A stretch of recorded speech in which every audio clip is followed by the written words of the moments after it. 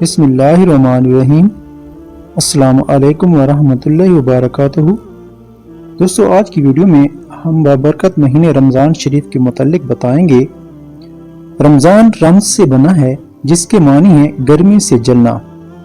قدیم عربوں سے جب مہینوں کے نام نقل کیے گئے تو اس وقت جس قسم کا موسم تھا اس کے مطابق مہینوں کے نام رکھ دیے گئے۔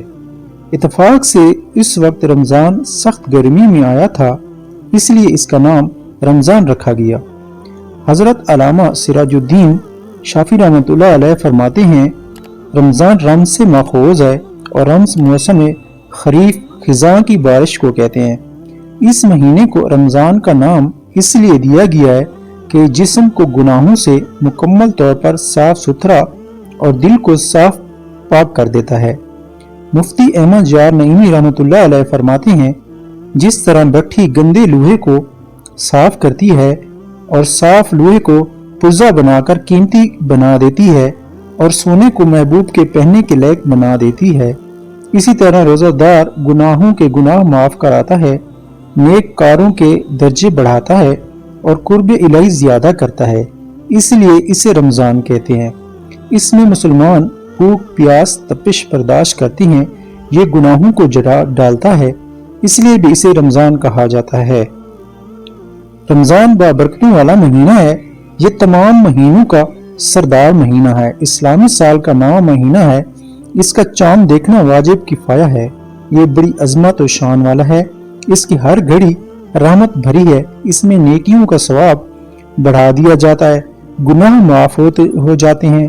حدیث پاک میں ہے، اگر لوگوں کو معلوم ہوتا کہ رمضان کیا ہے تو میری امت تمنا کرتی کاش پورا سال رمضان ہی ہو۔ دوستو، اللہ تعالیٰ کی 4 آسمانی کتابوں کا نزول بھی ماہ رمضان شریف میں ہوا۔ نبی کریم صلی اللہ علیہ وسلم نے فرمایا کہ حضرت ابراہیم علیہ السلام پر صحیفے رمضان المبارک کی پہلی رات نازل ہوئے، تورات شریف رمضان المبارک کی 23ویں رات کو، انجیل شریف 14ویں، جبکہ قرآن کریم 25ویں رات کو نازل ہوا، زبور شریف رمضان المبارک کی 6 تاریخ کو نازل ہوئی۔ دوستو، رمضان شریف کی بابرکتیں مشہور محدث علامہ عبدالرحمن ابن جوزی رحمۃ اللہ علیہ فرماتے ہیں، 12 مہینوں کی مثال حضرت سیدنا یعقوب علیہ السلام کے 12 بیٹوں کی طرح ہے۔ جس طرح یعقوب علیہ السلام کو بیٹوں میں یوسف علیہ السلام سب سے زیادہ محبوب تھے، اسی طرح ماہ رمضان کریم دیگر مہینوں سے زیادہ اللہ تعالیٰ کو محبوب ہے۔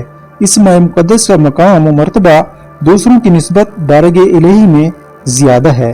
جس طرح اللہ پاک نے یوسف علیہ السلام کی دعا برکت سے ان کے بھائیوں کی خطا کو بخش دیا، اسی طرح رمضان کریم کی برکت سے 11 مہینوں کے گناہ بخش دے گا۔ حضرت سیدنا سلیمان فارسی رحمۃ اللہ علیہ ارشاد فرماتے ہیں کہ آقا کریم صلی اللہ علیہ وسلم نے ماہ شعبان کے آخری دن خطبہ ارشاد فرمایا، اے لوگو، تمہارے پاس عظمت و برکت والا مہینہ جلوہ گر ہو رہا ہے، وہ مہینہ جس میں ایک رات ایسی بھی ہے جو 1000 مہینوں سے بہتر ہے۔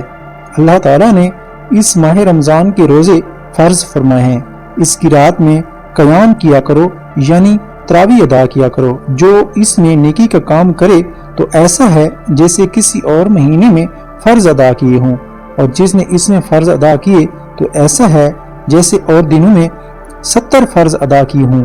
یہ صبر کا مہینہ ہے اور صبر کا ثواب جنت ہے۔ یہ غم خاری اور بھلائی کا مہینہ ہے اور اس مہینے میں مومن کا رزق بڑھایا جاتا ہے۔ جو اس میں رکو افطار کرائے تو یہ اس کے گناہوں کے لیے مغفرت ہے، اسے آگ سے آزادی بخشی جائے گی اور اس افطار کرانے والے کو ویسا ہی ثواب ملے گا جیسا روزہ رکھنے والے کو ملے گا، اور روزہ دار کے اجر میں کچھ کمی نہ ہوگی۔ ہم نے عرض کی، یا رسول وسلم، ہم میں سے ہر شخص وہ چیز نہیں پاتا جس سے روزہ افطار کروائے۔ آپ صلی اللہ علیہ وسلم نے ارشاد فرمایا، یہ ثواب اس شخص کو بھی عطا ہوگا چاہے وہ ایک گھونٹ پانی، ایک کھجور یا ایک گھونٹ دودھ وغیرہ سے بھی روزہ افطار کرائے۔ یہ وہ مہینہ ہے جس کا اول ابتدائی حصہ یعنی پہلے 10 دن رحمت ہیں، درمیانی 10 دن مغفرت ہیں اور آخری 10 دن جہنم سے آزادی ہیں۔ جو اپنے غلام محتاط سے اس مہینے میں